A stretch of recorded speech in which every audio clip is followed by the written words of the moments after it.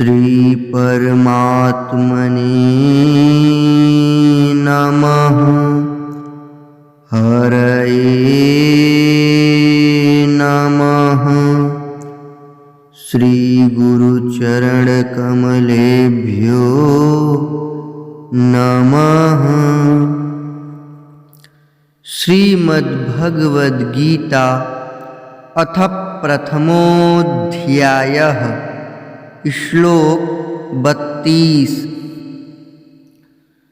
न काङ्क्षे विजयं कृष्ण न च राज्यं सुखानि च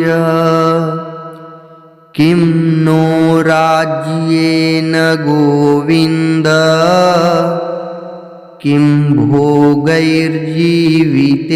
वा। न काङ्क्षे विजयं कृष्ण न च राज्यं सुखानि च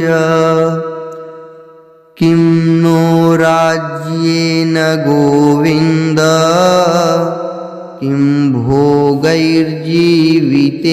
वा।